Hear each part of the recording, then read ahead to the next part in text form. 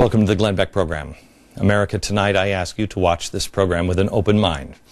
I ask you to put your partisan differences aside and really listen, and then do your own homework. Don't take my word for it. Research yourself. This is far too important. The topic tonight and tomorrow night, George Soros. There are things that are happening in this country that don't make sense.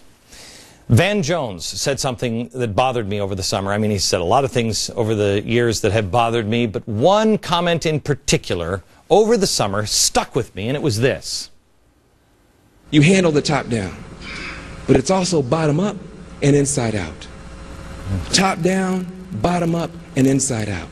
So now your challenge as you leave here, our challenge, is to take care of that bottom up part and that inside out part, the heart part. That bothered me, because I know who this guy is. He's a communist revolutionary, a guy who pined for the days of Stalin. The Iron Curtain went down. Something's wrong there. Well, it really bothered me until recently, when I started looking into all the George Soros connections and the size and the scope of his reach. And let me tell you something. I said to you, read up on George Soros. There's plenty of ways to read about him. These are all books about George Soros, many of them written by him. So there's no shortage of information, and read them. Read them. The comment doesn't bother me anymore. I understand what it means, and that's why that comment now frightens me, and I will put it into perspective tonight and tomorrow. Pull back the curtain and reveal what that actually means, and it will terrify you. There's a couple of other things that you'll understand. First of all, in 2003, Soros and a partner funded the new $5 million liberal group, MoveOn.org.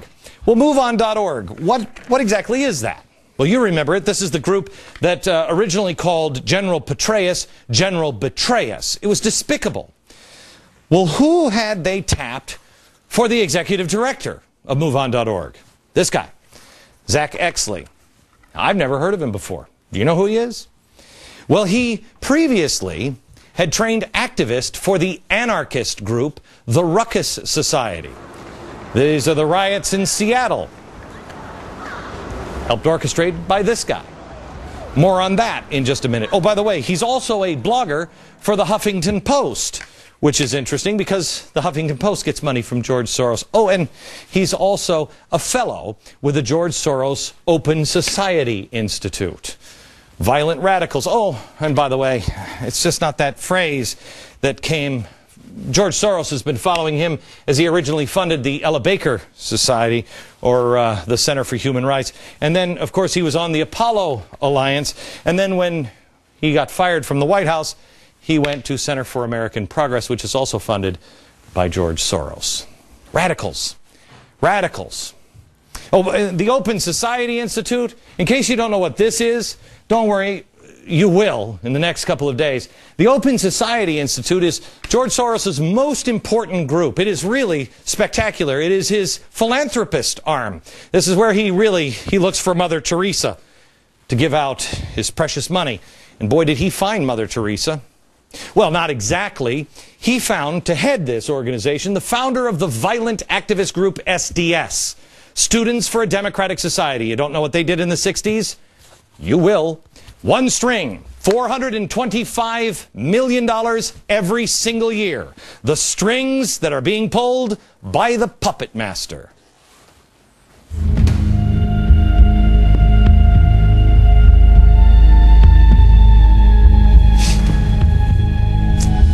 Hello, America. There are a few working parts to a puppet show. There is the puppet master here. There's the stage. There's the audience. There are the strings to each puppet. And then there's the story. But there's also why. Why is the story? Why is the show happening? What is the puppet master? What is his motivation? Is it for the money? Is it for entertainment? Is it personal gain? What is it? Make no mistake, we are watching a show. The stage is the world. It's television, it's newspaper, it's speeches, it's the political elections, it's what's happening in Washington. You are the audience. And like any good show, they do have one goal in mind. They want you to feel something. But most shows don't have a hidden meaning behind it. They just want you to laugh. They want you to be entertained. This one, not so much. At the end of the show, you have a choice to make. They want you to get up from your seats. Of course, they have in mind what they are planning on you choosing, and they are just using this stage to try to make the case and convince you of it. It's really propaganda. Here's the propaganda book. Here it is. This is actually from one of Wilson's. Nasty, nasty guys. This is the book that I've told you before on propaganda that Hitler used. Goebbels. I just want to show you in propaganda, this is D. Now this is what's taught in schools. D. Democracy is administered by the intelligent minority who know how to regiment and guide the masses. That's great. This is Edward Bernays. Let me give you the whole quote here. He says, the conscious and intelligent manipulation of organized habits and opinions of the masses is an important element in a democratic society. Those who manipulate this unseen mechanism of society constitute an invisible government. An invisible government, maybe almost a shadow government, remember that, which is the true ruling power of our country. Do we have a shadow government? Answer it now. Remember how you answer it. And then answer it again after today's show and tomorrow's show. The question is, do we have a shadow government? And if we do, who are those intelligent minority that is guiding us through? And where are they guiding us to? If you skip past all of the puppets and the strings, if you stop looking at the puppets themselves, you have to see who's behind the puppets. Who is choosing the puppets and the players? Who's the puppet master? George Soros. Now, I am sure that this will be called a conspiracy theory, and quite honestly, a year ago, 2 years ago, I wouldn't have believed it myself. But it is right out in the open. I encourage you, do not take my word for this. Do your own research, and don't go to conspiracy websites or anything else. Go to his own books. Go to the biographies written about him. Go to things that are well documented, like 60 Minutes. Things that are well known for their accuracy. We have all of the materials that put this show together at glennbeck.com and in my free email newsletter. I want you to see the footnotes on this program. Do not take anything I say as gospel tonight. I want you to decide for yourself. I want you to question with boldness. Is George Soros a man who says, yes, you will be perfect and you will be perfect? Is he really a puppet master? And if he is, how does he control? How does he control? Well, let's start with this. Let's just take a couple of examples here on what George Soros has said, and then see if there's any connection to anything. Soros spoke at Columbia University. He talked about an urgent need for campaign finance reform.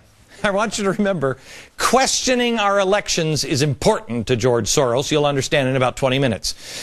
Well, he wanted to have campaign finance reform. He thought it was important. He spoke at Columbia University about it. Well, Open Society, his little group, Open Society, started by the guy with SDS. It was one of only a handful of groups who spent $123 million to push finance reform. Soros, quote, said, do something about the distortion of our electoral process by the excessive use of TV advertising. So he wanted to make sure that lies couldn't distort things. Well, it wasn't long after that speech at Columbia University that, lo and behold, Senator Russ Feingold, a progressive, and a few months later with John McCain, a Republican progressive, came with a proposal in hand for what would eventually become the McCain-Feingold Act. The irony, if it is that McCain-Feingold ultimately led to the explosion of 501c3 groups, which can advertise at will. 501c3 groups. Oh, 501c3 groups? You mean like Sojourners, or Color for Change, or the Tides Foundation, or Media Matters, or People for the American Way, or MoveOn.org, Center for American Progress, the Apollo Alliance, Eller Saker for Human Rights. You mean those things? You see, we had the McCain-Feingold Act, and then mysteriously, almost unbeknownst to everyone, those groups became very powerful, much more powerful. And guess who controls most of the most powerful? George Soros. George Soros, in the aftermath of 9/11, talked about police action as an alternative to war. Now, did anybody pick up on that? This is what he said.